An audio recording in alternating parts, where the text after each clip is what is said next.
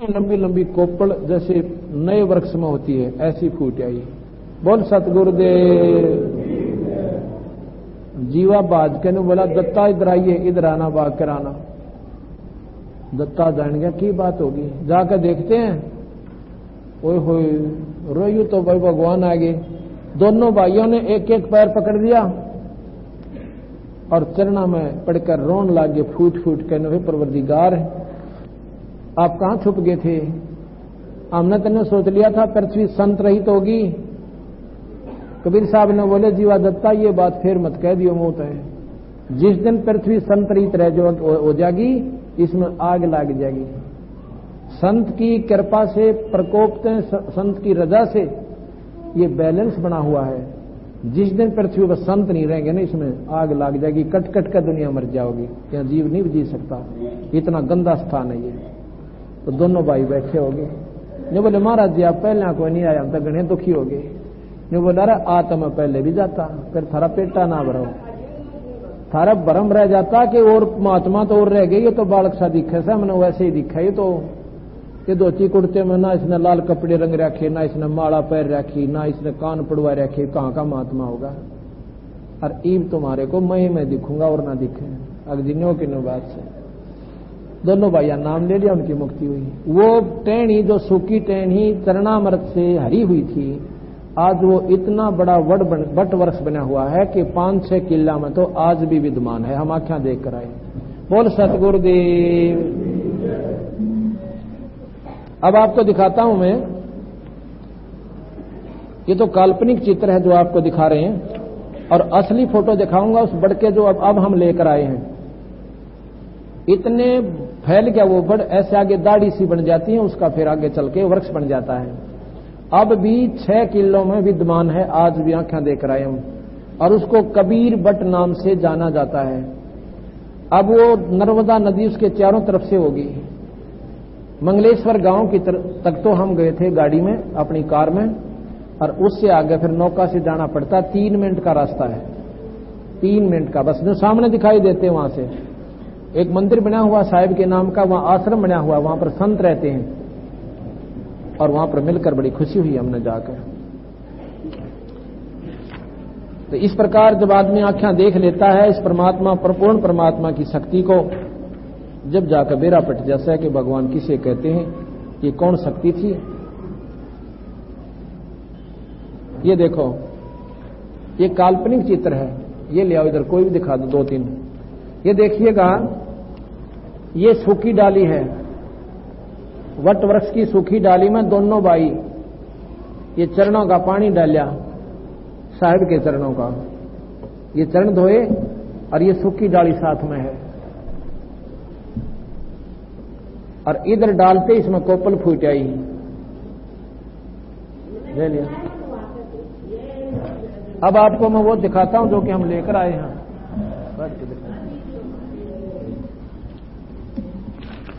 ये हम साथ गए थे, वहां पर सैकड़ों फोटो लेकर आए बंदी छोड़ के।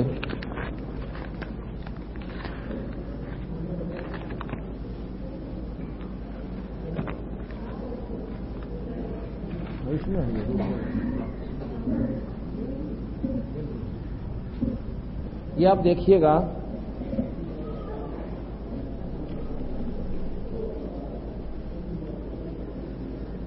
इसमें से छांट लिए मेरे ख्याल से।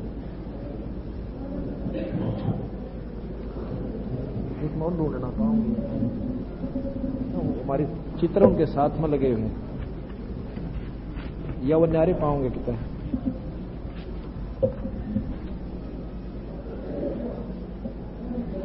या तो निकाल लिए क्वेश्चन इसमें था।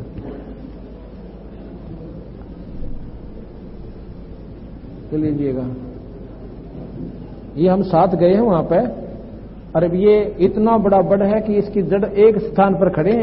एक पेड़ इतना चौड़ा हो रहा है उसका, एक दाढ़ी जहां पर आई थी, ये यहां से लेके ये कम से कम सैकड़ों जड़ें उसकी और बढ़ेंगी।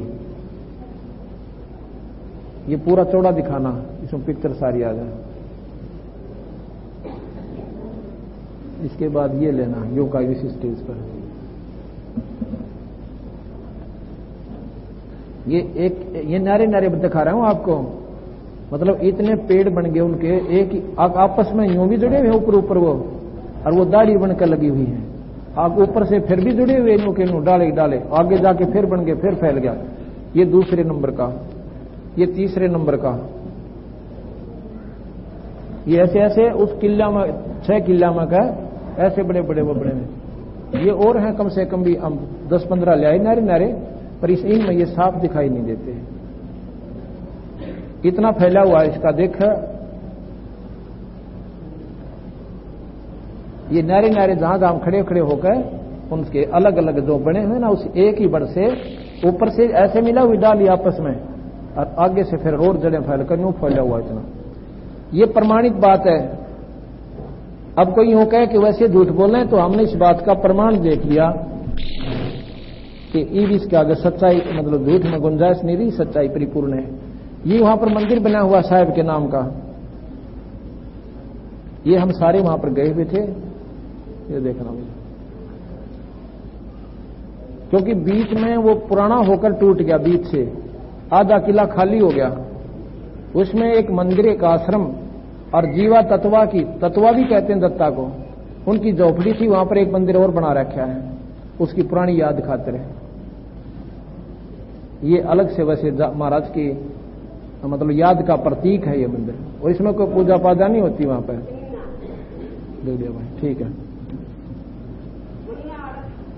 ये रख लो।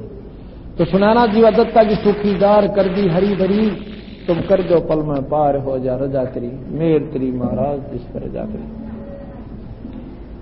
ये तुमने उड़ा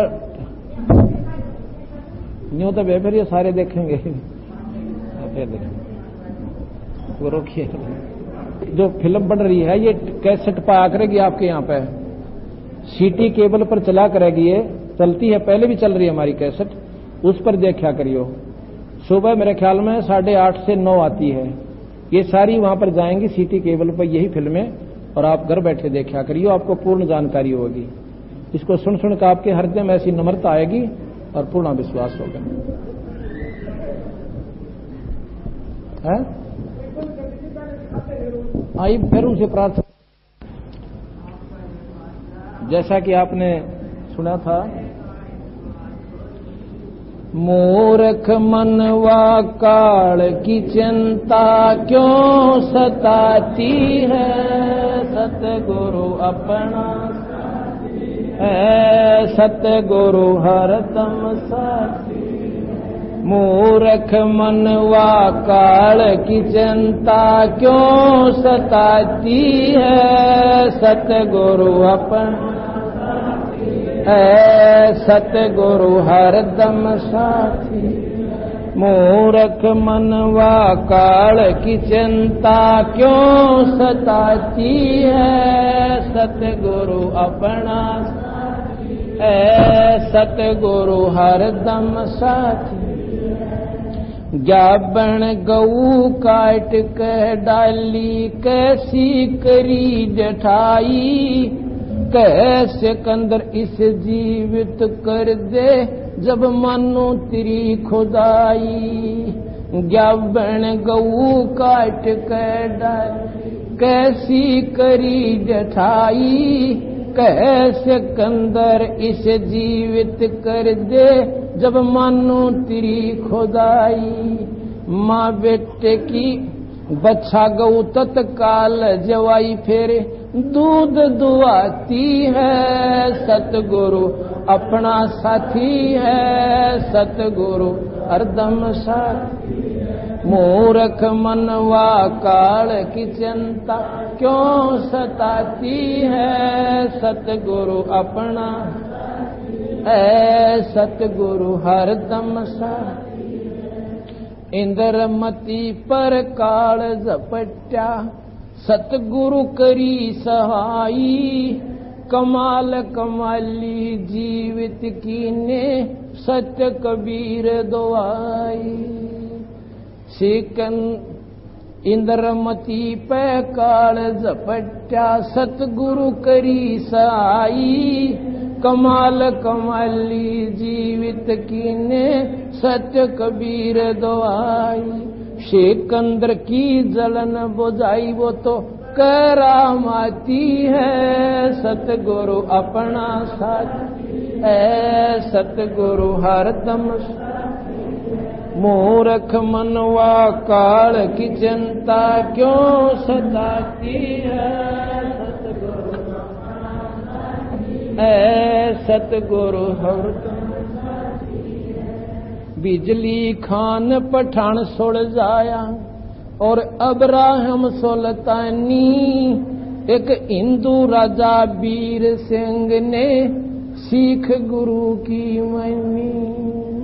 बिजली खान पठान सुल जाया और अब्राहम सुल्तानी, हिंदू राजा वीर सिंह ने सीख गुरु की मनी।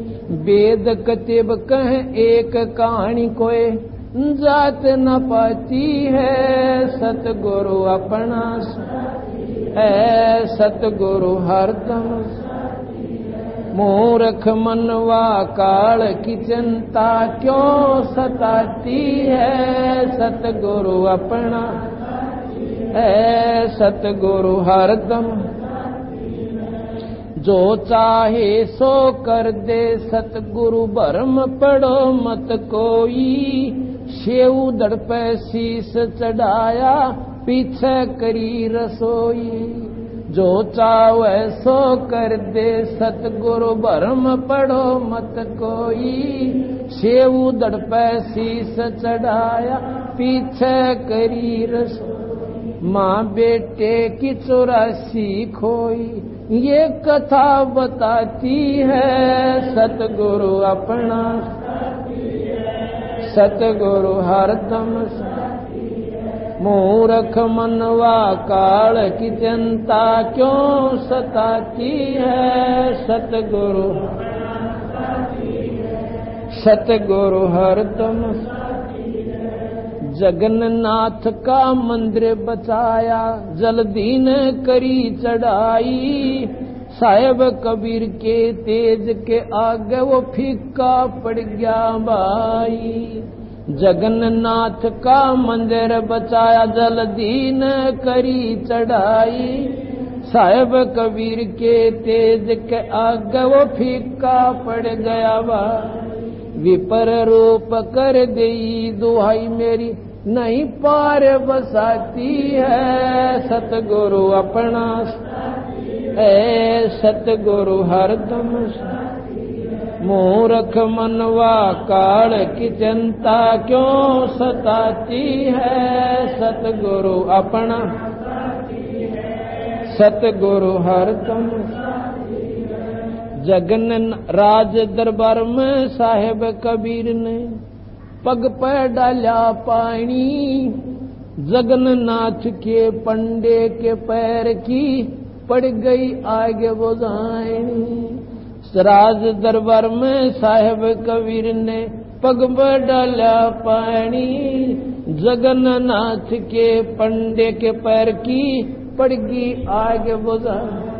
दूत भेज के पूछी कहानी, जो की त्यों ही पाती है, सतगुरु अपना है, सतगुरु हर।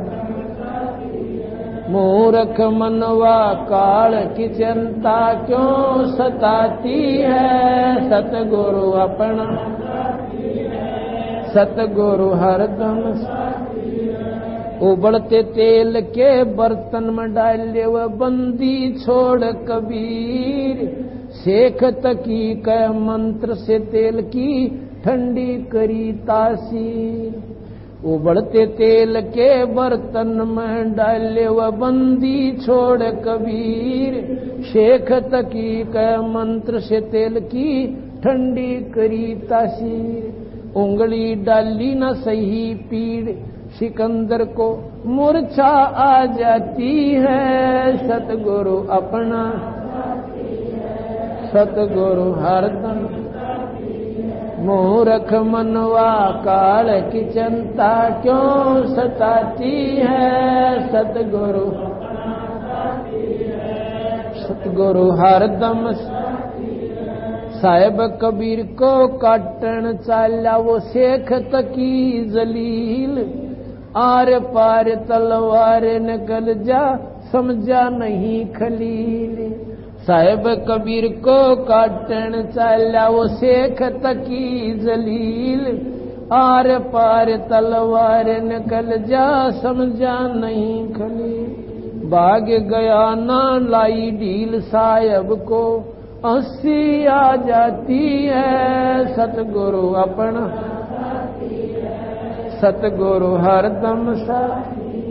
मूर्ख मनवा काल की चिंता क्यों सताती है। सतगुरु अपना सतगुरु हरदम सतगुरु हरदम साथी। शेख तकी न जुल्म गुजारे ये 52 करी बदमाशी। खूनी हाथी आगे डाले बांध जूड़ अविनाशी। शेख तकी न जुल्म गुजारे 52 करी बदमाशी। खूनी हाथी आगे डाले बांध जूड़ अविनाशी। हाथी डर से भाग जासी दुनिया दे बुलाती है। सतगुरु अपना है सतगुरु हरदम साथी। मूर्ख मनवा काल की चिंता क्यों सताती है। सतगुरु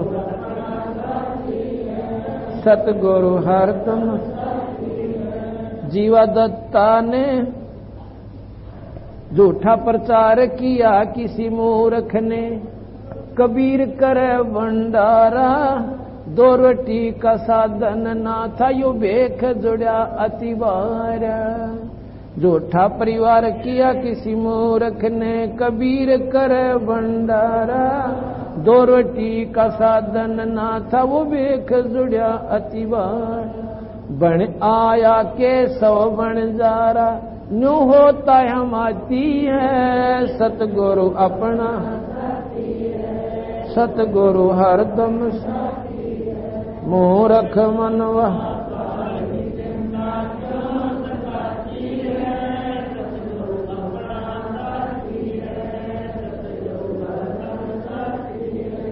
जीवा दत्ता ने सूख के खूंट पे ली परीक्षा वारी।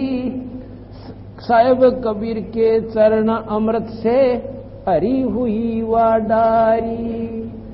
जीवा दत्ता ने सूख के खूंट पे ली परीक्षा वारी।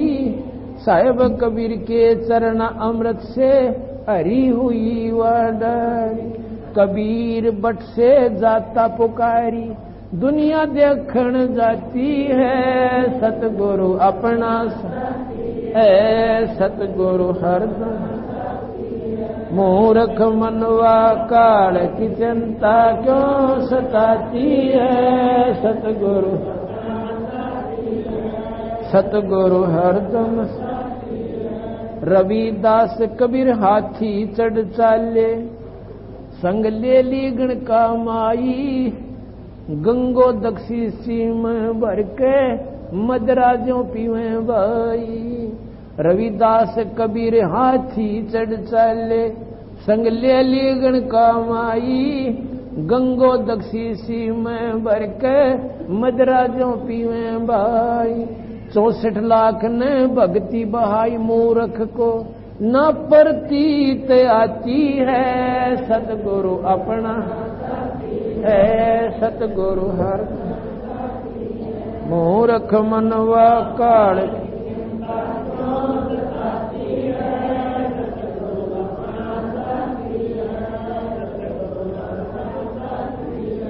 सत्य पुरुष ने छोड़ाणी में बलराम की गऊ चराई। गंगा जी को प्रगट करके रानी मात नवाई। सतपुरुष ने छोड़ाणी में बलराम की गऊ चराई। गंगा जी को प्रगट करके रानी मात नवाई। अद्भुत लीला अजब दिखाई दुनिया न समझ पाती है। सतगुरु अपना है सतगुरु सतगुरु हरदम साथ। नौ योगेश्वर आण फये, कीन्या ज्ञान अखाड़ा, बंदी छोड़ से चर्चा कीनी, ये निर्गुण सरगुण दौर। नौ योगेश्वर आण फये, कीन्या ज्ञान अखाड़ा, बंदी छोड़ से चर्चा कीनी, निर्गुण सुरगुण द्वारा। बटक बीज जो कया विस्तारा, 184 जाती है, सतगुरु अपना हरदम साथी है। मूर्ख मनवा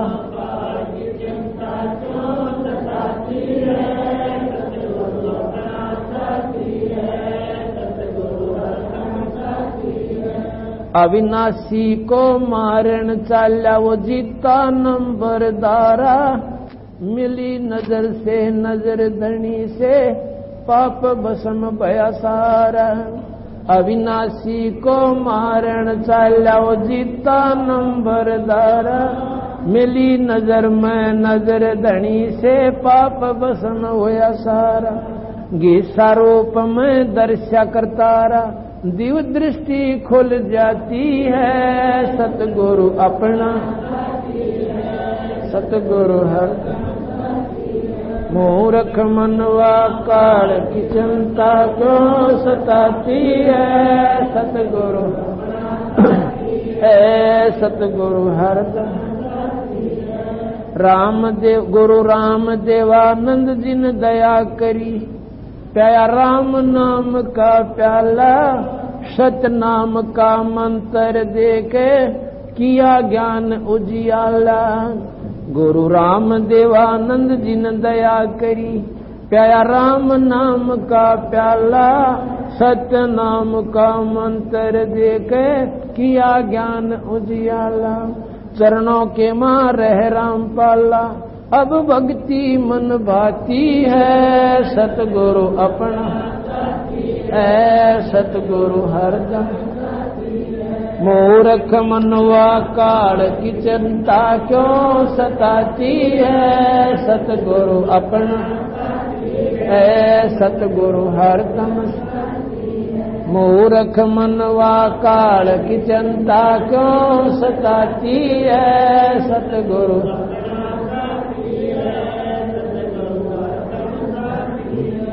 सच्चाई। अब दोपहर के बाद फिर आपको सुनाएंगे, इस शब्द को आगे खोल कर बताएंगे। इसमें बहुत घनी अजब कथाएं हैं उस परम पिता परमात्मा के बारे की। आपको ज्ञान होगा कि ऐसी अनमोल शक्ति अभी तक हमें जान नहीं पाए हम इनको। इसका कारण क्या था कि इनके बारे में किसी ने खोज नहीं करी, और खोज की तो उनकी हिम्मत नहीं हुई कि इसके ऊपर ठोक कर कह दें। हिम्मत जब होती है जब खुद अभ्यास हो जाता है। उस परमात्मा मेहर करता है और अंतःकरण में हमें वो चीज सारी दिखाई देती है, फिर वो व्यक्ति उस परम पिता का डंडोरा पीट सकता है। जिसके अंदर संशय रहती है कहीं ऐसा ना हो, ऐसा नहीं कर सकता वो, तो वो आदमी कुछ नहीं कर सकता। भगवान राम और कृष्ण को हमने क्यों भगवान स्वीकार किया? क्योंकि उनकी महिमा, उनकी लीलाएं हमने जरूर से ज्यादा सुन ली, इसलिए वो परमात्मा हमारे हृदय में कति जच गए। और महाराज भी कहते हैं ये भगवान है, कोई बड़ी बात नहीं है कि ना है, पर ये 3 लोक के मालिक हैं और 3 लोक में जन्म मरण नहीं मिटता। ये कति निचोड़ से इस शास्त्र का। और जब तक हमारा जन्म मरण नहीं मिटेगा तो कितनी साधना कर ले हमारी या फेल रहेगी आखिर में।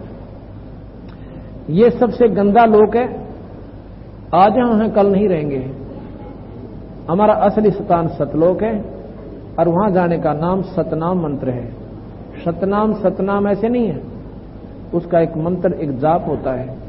उसके बाद एक सार नाम दिया जाएगा और फिर सार शब्द की उपलब्धि आपको कराई जाएगी। ऐसे नहीं होती, संत साथ बैठ कर आपको बताएगा कि ये शब्द है भाई, अंदर बिरना कितने बाजे बाज रहे हैं, उनमें वो परमात्मा का असली शब्द है, वो आपको दिखाया जाएगा। इसलिए इसको सतपुरुष की कमाई बनकर तो वो प्रकट होगा। बोल सतगुरुदेव। शाम को 2:30 बजे फिर सत्संग शुरू होगा दोपहर बाद, और रात को 8 से 10 भी होगा। अब सभी संगत प्रसाद लेकर प्रसाद बांट दो। अभी आपने ये शब्द सुना, मूर्ख मनवा काल की चिंता क्यों सताती है, सतगुरु अपना साथी है, वो तो हरदम साथी है। कहने का भाव ये है कि जो परमात्मा बंदी छोड़ भगवान हमें इतना साथ देता है, ऐसे ऐसे अनमोल उन्होंने कार्य हमारे करके दिए, कुछ नहीं। हमारे सामने ऐसे अनमोल अनोखी लीलाएं की, और उसके उपरांत भी हमें विश्वास नहीं होता इस परम पिता में, तो हमारे अंतःकरण में कमजोरी ज्यादा है। या तो हम काल से भयभीत गणे हैं,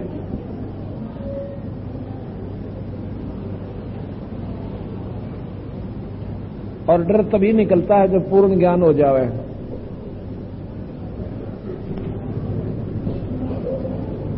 अपने इष्ट पर श्रद्धा जब बनती है, जब हमने उसकी महिमाओं का ज्ञान हो जाए।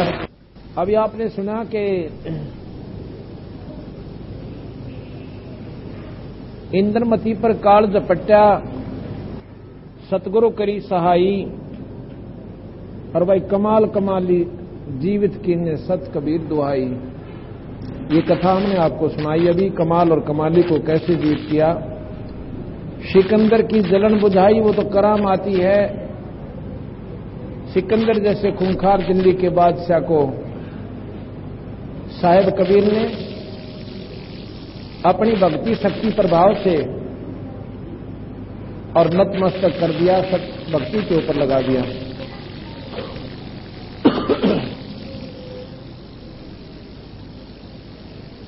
बिजली खां पठान सुलझाया अब्राहिम सुल्तानी,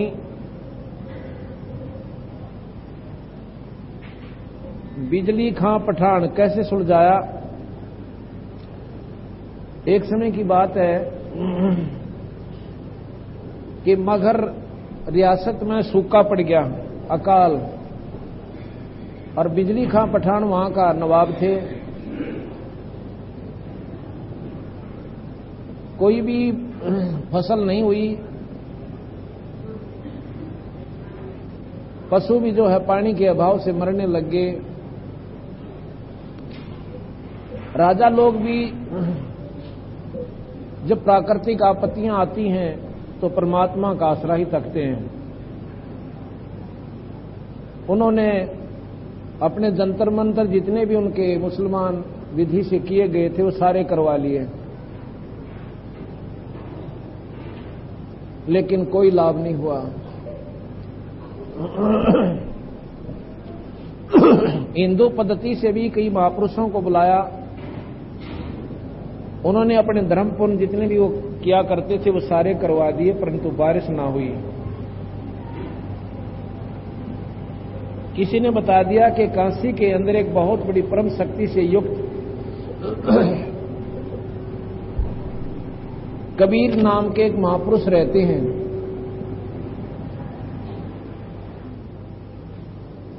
और वो गृहस्थी हैं, बाल बच्चेदार हैं, क्योंकि उन्होंने इतनी बुद्धि काम नहीं करे थी कि संत के बारे में पूरी जानकारी हो। उन्होंने 2 बच्चों को, कबीर साहब ने एक लड़की और लड़के को मुर्दा जीवित करके अपना बेटा और बेटी के रूप में उनका पालन पोषण करके भक्ति अधिकारी बनाए थे। और अपने माता पिता जो वृद्ध हो गए थे निरोनी मां, उनका भी वो पालन पोषण समझो, उनका सहारा थे। कबीर साहब ने, गरीबदास ने यही अंधेरा हटाया हमारा कि भाई परमात्मा के पाने के लिए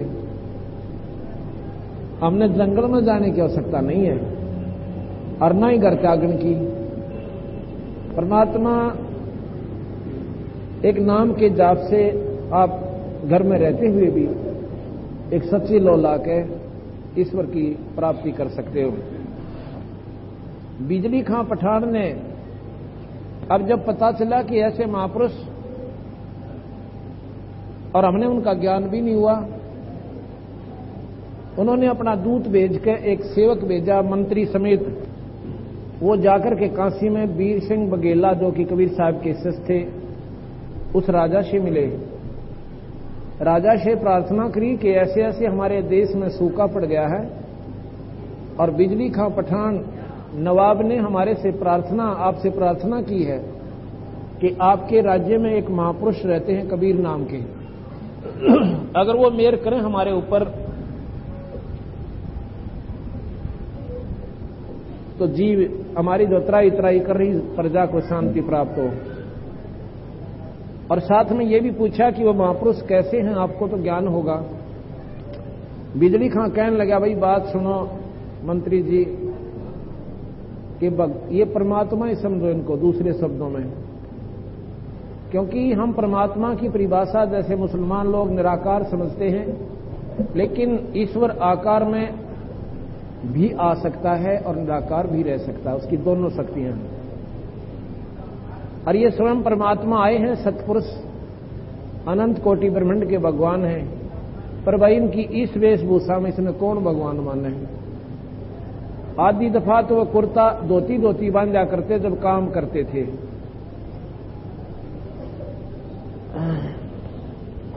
और पतला दुबला शरीर बाहर जाते थे जब कुर्ता और धोती और साथ में टोपी पहन लिया करते थे।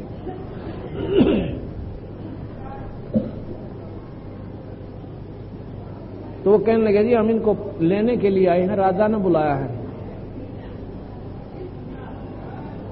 वीर सिंह ने बोला, जी बात सुनो, वैसे तो मैं आपको मिलवा देता हूं महापुरुषों से, बंदी छोड़ से, पर भाई संत ने ऐसे नहीं बुलाया करते। स्वयं बिजली खां पठान आवे और इनको आदर समेत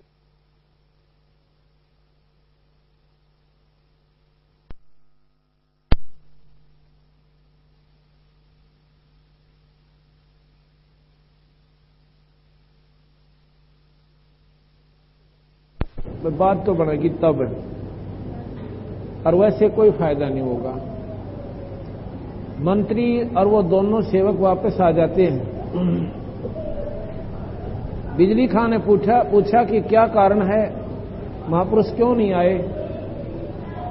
उन्होंने वो वीर सिंह बघेला से हुई वार्ता न्यों ने सुना दी। तो बिजली खां ने पूछा कि आपने कोई वहां ऐसे उनके चमत्कार सुने हो, कोई महिमा के बारे में जानकारी की हो तो मुझे बताओ।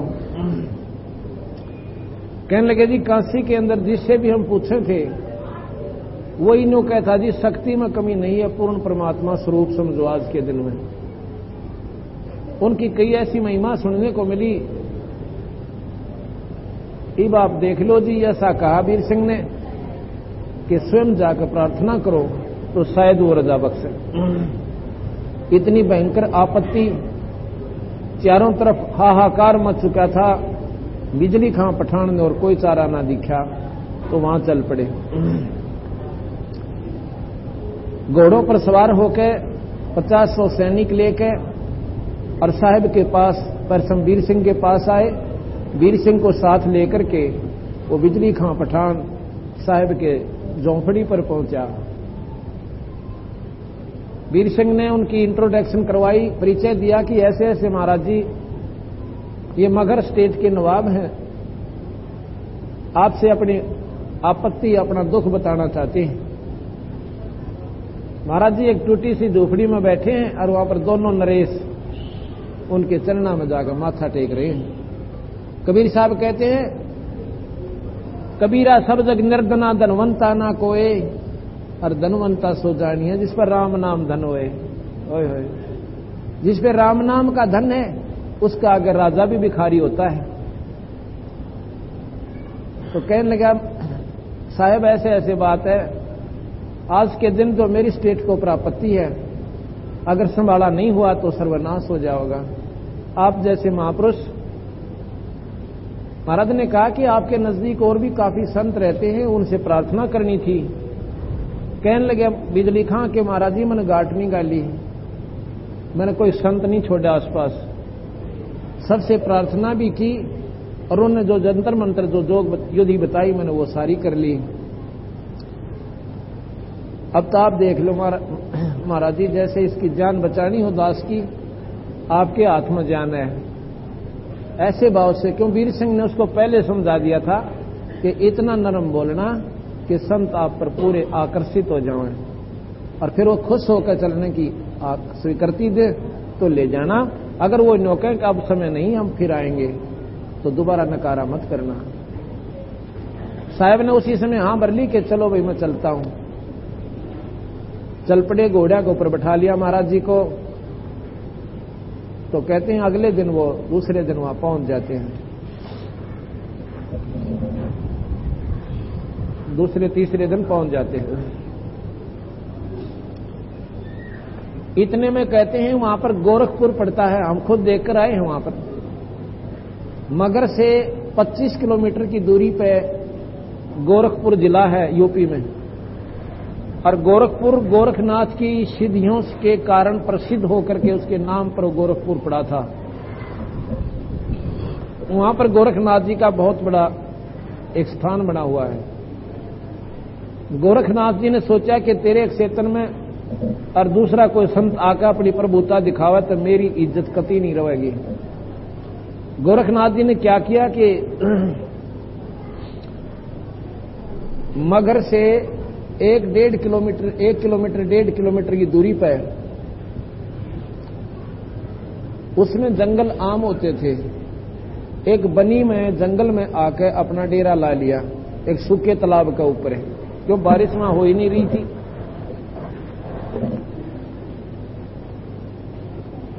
कबीर साहब ने तो ज्ञान था इस बात का कि आगे वो नाथ जी जरूर मिलेंगे। तो कबीर साहब ने जाके कहा कि वो जब देखे ना महाराज जी सामने बैठे हैं, अपने घोड़े रुकवा लिए कि यहां रोक दो। घोड़े रोक दिए। कबीर साहब घोड़े से उतर के और नाथ जी के पास चले जाते हैं, नमस्कार करते तो महाराज जी बैठ जाते हैं उनके पास में। तो कहते हैं रे बिजली खा अखा महाराज जी, अरे इतने महापुरुष आपके यहां पर पहले विद्यमान है, नाथ जी ये बैठे हैं, इनसे प्रार्थना करो। उनको ये नहीं बताया गोरखनाथ है कि नाथ जी आए हैं, इनसे प्रार्थना करो, ये जो चाहे सो कर दे। तो बिजली खान पठान ने प्रार्थना की, महाराज जी दया करो, बहुत दुखी हो रहे हैं। कबीर साहब ने कहा नाथ जी संतों का काम सुख देने का होता है, और ये आपके क्षेत्र में पड़ते हैं, इन पर मेहर कर दो। ये पानी अभाव है, अकाल पड़ा हुआ है, सूखा पड़ा हुआ है। गोरखनाथ जी उठे, उठ के अपना ठाके तलवार और त्रिशूल और सुख के उस तालाब के बीच में जाकर ऐसे त्रिशूल मार दिया, ऐसे निकाल लिया। उसमें से जल की धारा निकली और देखते ही देखते वो तालाब पानी से भर गया। छोटा ही तालाब था, जैसे बहुत ही छोटा, घना बड़ा नहीं था। हम उसको देखकर आए हैं, अब उसका निशान से थोड़ा थोड़ा सा बाकी, अब वो तालाब नहीं रहा। लेकिन उसको कहते हैं गोरख तलैया। तालाब बड़ा होता है, तलैया कहें छोटी सी जोड़ी ने, हरियाणा में जोड़ी कहते हैं, तलैया कह देते हैं उसको, छोटी सी बिल्कुल, जैसे खेता में होया करें। खेतों में होती थी पहले, क्यों भाई 5-4 घरों की एक लेट सी बना लिया करते, उसको जोड़ी कहा करते थे। वह जोड़ी यानी तलैया बरगी, उसको गोरख तलैया के नाम से जाना जाता है। और आके अपने आसन पर बैठ जाते हैं। कबीर साहब कहने लगे देखो भैया तुम तो वैसे ही भरम रहे थे, नाथ जी ने मौज कर दी, पानी पानी कर दिया। क्यों भाई बहुत है ये पानी, ये जल काफी है। बिजली खां पठान कहने लगा महाराज जी इसमें तुम्हारे पशु भी को ना छेकें, इसमें तो पशु भी नहीं पूरा पट सकता हमारा, और बारिश ना होगी तो हम मारे जाएंगे। तो कबीर साहब बोले गोरखनाथ जी या कृपा और कर दो, मेहर करो, एक बारिश करवा दो। कहने लगा हमने जो करना था वो कर दिया है, यही बाप की मौज। और कोई से ज्यादा कर सकता तो करके दिखाओ। कबीर साहब बोले भाई मैंने ऐसे तो नहीं कहा मैं ज्यादा कर सकता हूं, मैं तो आपसे प्रार्थना ही कर रहे हैं। साहब ने सोचे थे कदे ये नाराज ना हो जाए भाई मेरे क्षेत्र में आकर, क्योंकि ये हद के उपासक हैं, हद अपनी हद में ये हर चीज ने नहीं आने देते दूसरे को। तो जी कहने लगा मैंने जो करना था वो कर दिया, आप करके दिखा दो। कबीर साहब उठ गए वहां से कि भी यूं लड़ना तैयार हो लिया। एक तरफ जा बैठे, वहां से थोड़ी सी दूरी पर को 201 किला दूरी पे, और बिजली खां से कह दिया कि आप जाओ अपने घर में और सुबह मैं आऊंगा तुम्हारे पास। कबीर साहब वहां बैठ जाते हैं, एक दो सेवक छोड़ दिया उन्होंने, बिजली खाने के महात्मा अकेले नहीं यहां बैठ जाएंगे, रह गए। कबीर साहब ने ऐसे धुन लगाई, धुन उसको कबीर धुनी कहते हैं। अपने बैठ गए ऐसे आंखें बंद करके। वो तो एक लीला कर रहे थे, दुनिया ने नो ना दिखाना चाहते थे कि मैं ही सर्वस्व हूं। एक उनकी आंखों में धूल डालन खातिर कि ध्यान लगाता हूं, अर्ज करता हूं परमात्मा से, सुनेगा तो थारी मर्जी, मौज नहीं सुनेगा उनकी मर्जी। ऐसा करके धुन लगाई। बिजली खां पठान अपने गांव में नहीं पहुंच पाए थे शहर में, इतने में इतनी जोर की बारिश हुई कि पानी पानी कर दिया। बोलबंदी छोड़ महाराज की। अगले दिन सारे के सारे मगर निवासी इकट्ठे होकर और साहिब के चरणों में आए। बंदी छोड़ ने उनको उपदेश दिया, भैया बात सुन लो, देखो हमारे पास क्या शक्ति है, हमारे हाथ हमारे, पैर हमारे, सिर हमारे, वही तुम्हारे। हमने राम नाम की कमाई कर रखी है और तुम राम नाम की कमाई नहीं करते, तुम सारे उल्टे कर्म ज्यादा करते हो। जायदाद जोड़ने की और जायदाद बढ़ाने की होड़ ला रखी है। 2 दिन का जीवन है, भजन बिना जीव का छुटकारा नहीं हो सकता। तो बिजली खां पठान कहने लगे महाराज जी हमें मार्ग बताओ, हम भक्ति करें। कहने लगे बिजली खां, ये जो साधना तुम करते हो ना, रोजे और ये नमाज पढ़ना, ये बकरीद मनाना, ये हानिकारक है, आपको मुक्ति का साधक नहीं है। इसमें नाम जाप करो, हम विधि बताएंगे, आपकी मुक्ति हो जाओगी। कहने लगे जी नाम दे दो। वो कहते हैं देखो जी मैं तो नहीं करूंगा किसी भी प्रकार की, लेकिन और को मैं किसी को कुछ नहीं कह सकता, क्योंकि ये ऐसे ही लोग हैं, ये अपने धर्म को नहीं छोड़ सकते। कितना समझाओ इनको, ये तो एक लकीर के फकीर हो लिए। बाकी मैं ना मांस खाऊंगा, ना कोई ईद बकरीद मनाऊंगा, और आप जो भक्ति दोगे मुझे मार्ग में वही नाम जपया करूंगा। बस बिजली खां पठान ने नाम ले लिया। उसके साथ साथ ऐसे चमत्कार ने देख के वहां पर हजारों लोगों ने, व्यक्तियों ने, बहन और भाइयों ने बंदी छोड़ कबीर साहब से नाम ले लिया। इस प्रकार वो बिजली खां पठान को कबीर साहब ने अपने चरणों में लाया और उसकी सद्बुद्धि उसको दी।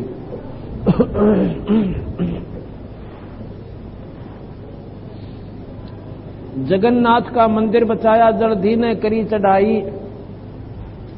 जगन्नाथ का मंदिर बचाया, ये बात ध्यान से सुन जोगी है। जल्दी ने करी चढ़ाई और साहेब कबीर के तेज के आगे फीका पड़ गया भाई। विपर रूप धर देई दुहाई, मेरी नहीं पार बसाती है। जगन्नाथ के मंदिर के बारे में हमें पहले भी सुना हुआ था, जब से हम इस मार्ग में नहीं लगे थे।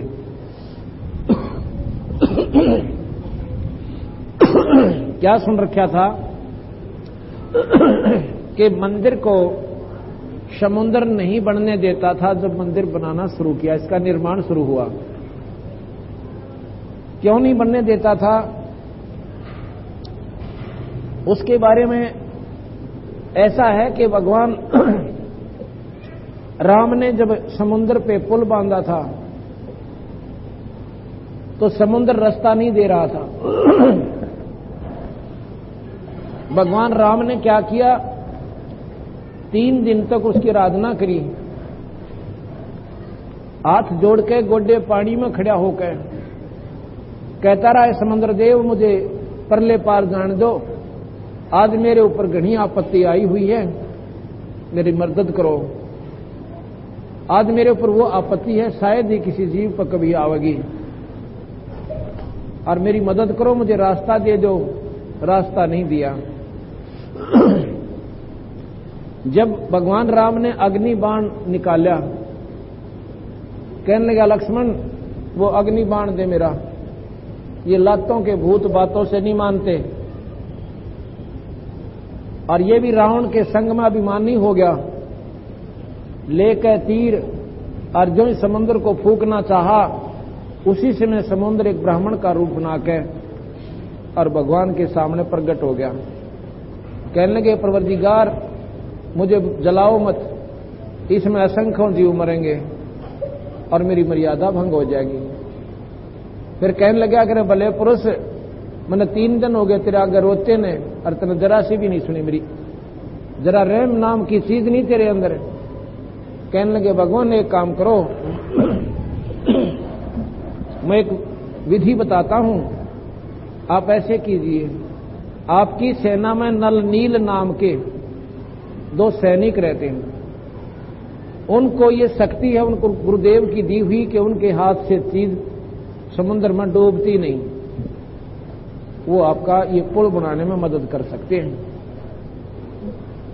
ऐसा कह के समुद्र अंतर्ध्यान हो जाता है। नलनील बुलाए, नलनील बुलाए तो उन्होंने पूछा भगवान राम ने, क्यों भाई आपके पास कोई ऐसी है सिद्धि एकांगी है? तो समुद्र चला गया। तो भाई एक बात बताओ भले पुरुषो, मैंने 3 दिन हो गए यहां पर हाथ जोड़े खड़ा इसके आगे, और तुमने नो भी नहीं कहा कि हमारे पास ऐसे ऐसे सिद्धि है, हमारे पास शक्ति है, हम आपका काम कर सकते हैं। नल नील कहने लगे जी बता था हम देते, पर हमने अनुमान तो डर लग गया था।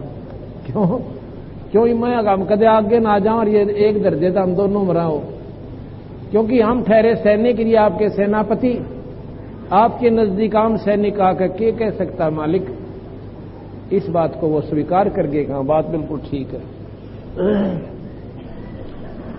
और ना ही हमारी बात का किसी का विश्वास होना था, अगर हम कह भी देते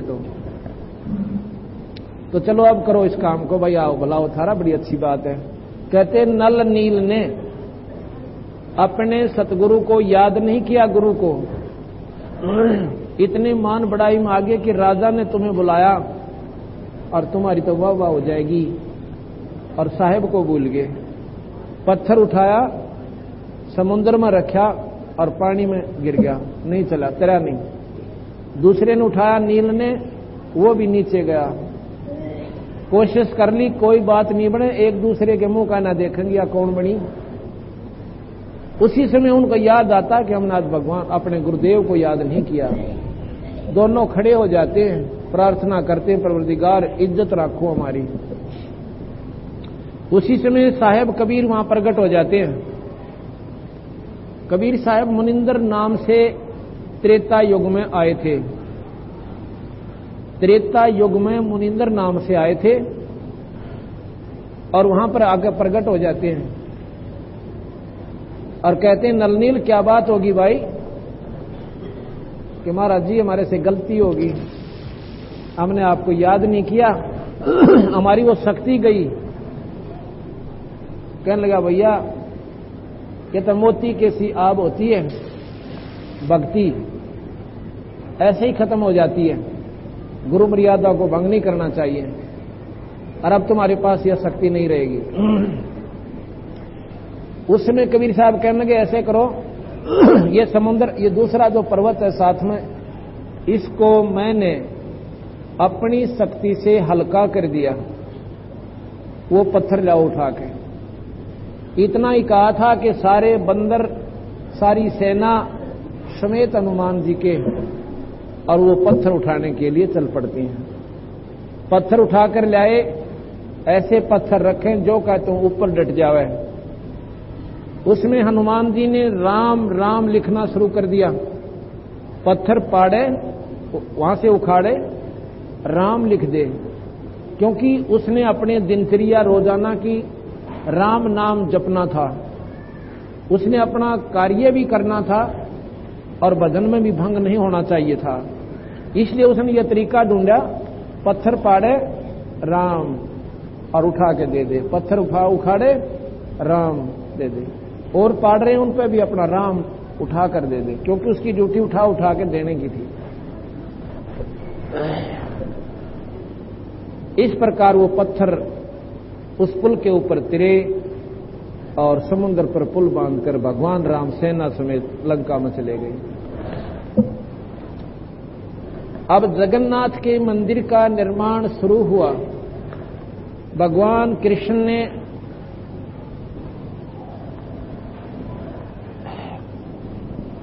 एक राजा था इंद्रदमन, उड़ीसा का राजा दमन, इंद्रदमन नाम का एक राजा था।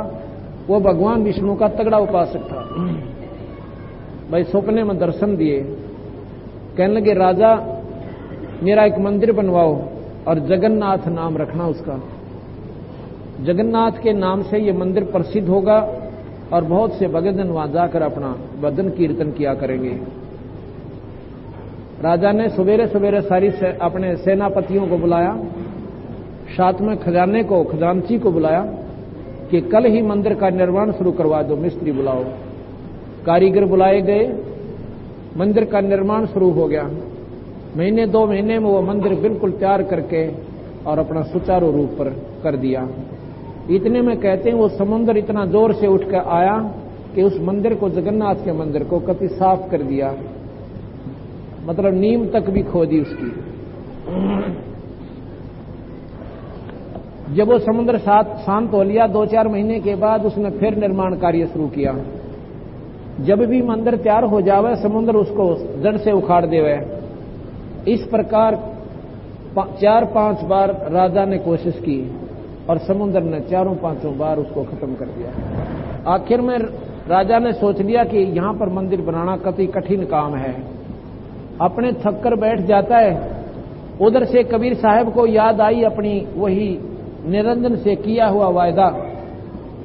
जब कबीर साहब निरंजन के पास आए थे तो उन्होंने कहा था, एक वचनबद्ध हो करवाए थे बंदी छोड़ को कि महाराज जी आप जगन्नाथ के मंदिर को बनवाना। कबीर साहब ने राजा इंद्रदमन को जाके कहा कि हे राजन, ये मंदिर मैं बनवा सकता हूं अगर आप बनवाना चाहते हो तो।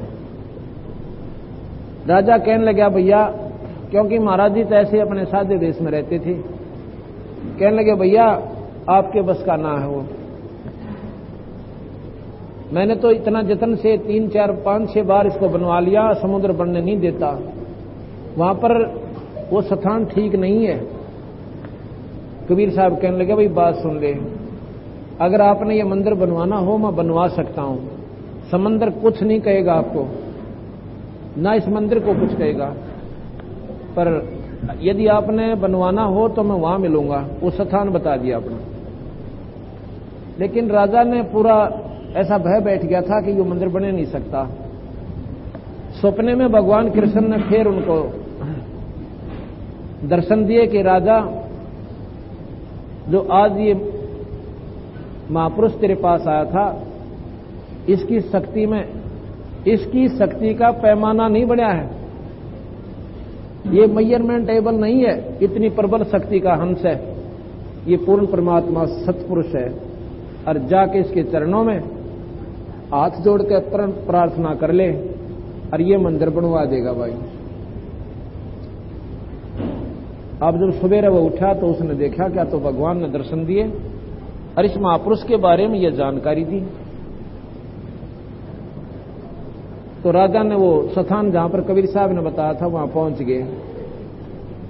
गए तो चरणों में मत्था टेक्या।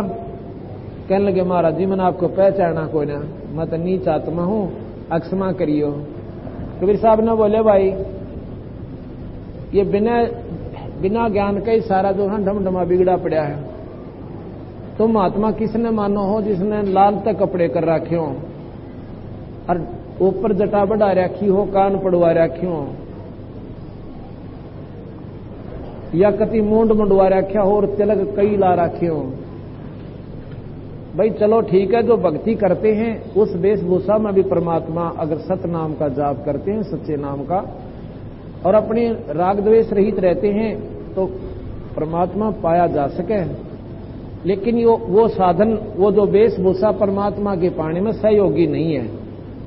कानों के पड़वाने से और जटा के रखवाने से या मूंड मंडवाने से या नी वस्त्र घूमणते राख लपेटन ते धूना पर गात फूकण ते परमात्मा मिले तो इस आसान प्राप्ति तो कुछ भी कोने। पर भाई या अंधेरा इतना हो लिया, अटाए तो भी ना अटता। जो बोला जी मैं शुरू करवा दूं, अब बेशक करवा दे भाई। जो बोला जी मुहूर्त करवा लूं, अब बिना मुहूर्त के चालन देव कहे, मुहूर्त तो पहला करवाया न करता। कबीर साहब कहते हैं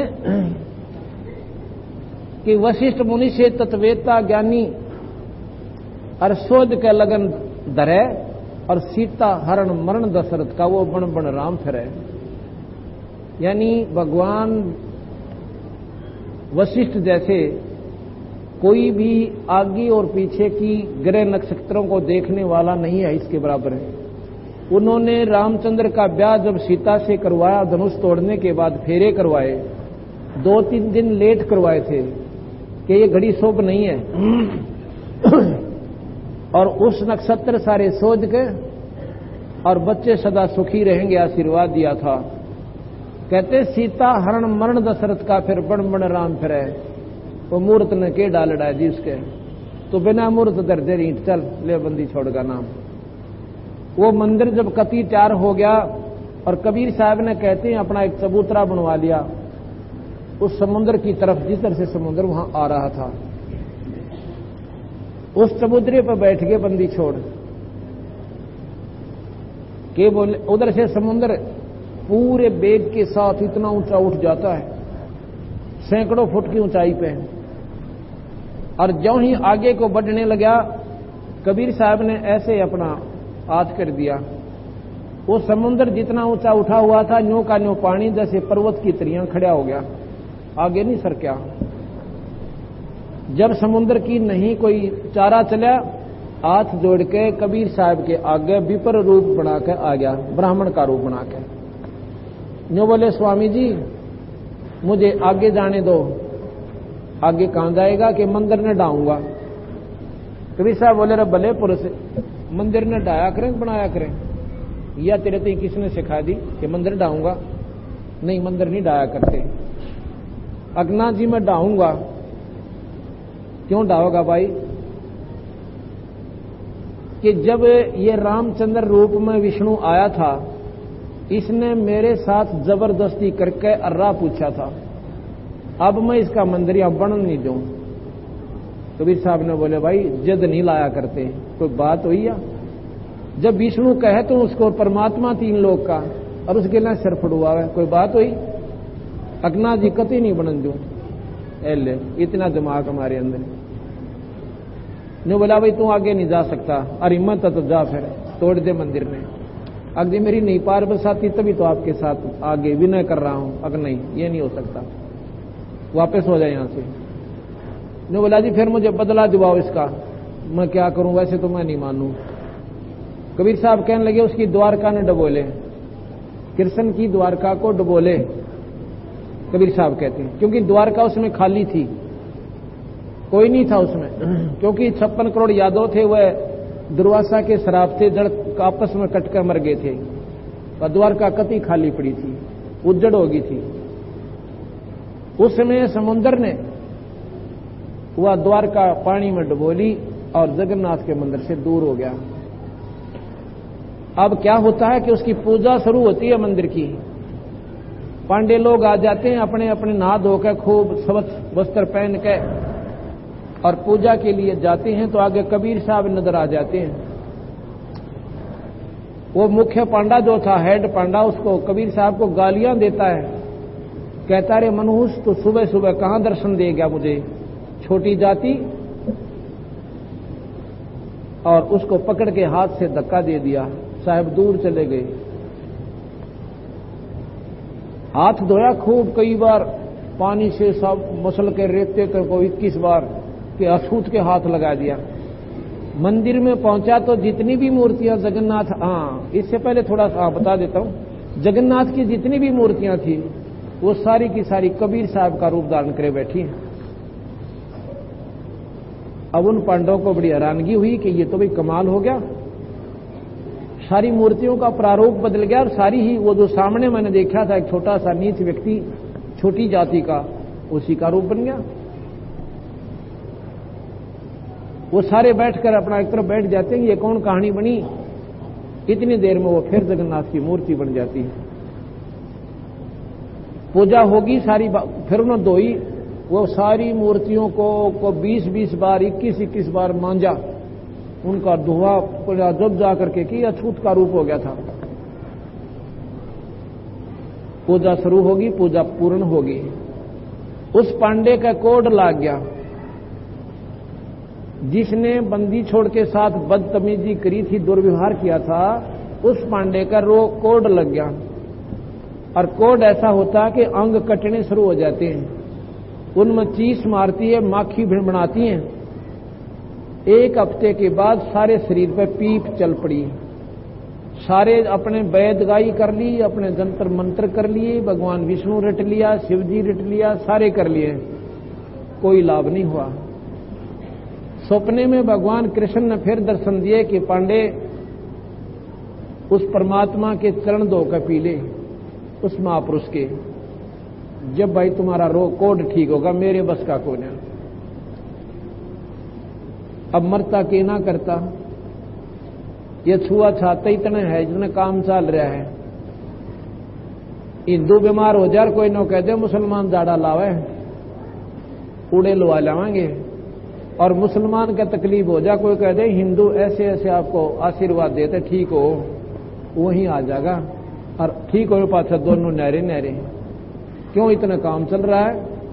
तो परमात्मा के घर में कोई जात नहीं, कोई पात नहीं, कोई मजहब नहीं, कोई धर्म नहीं, हमारी एक जात है, मानव जाति हमारी। और सद्भावना पूर्वक रहते हैं तो मनुष्य नहीं तो पशु से भी बदतर जीवन है हमारा। तो जी वो पांडा फिर जाता है कबीर साहब के चरण धो के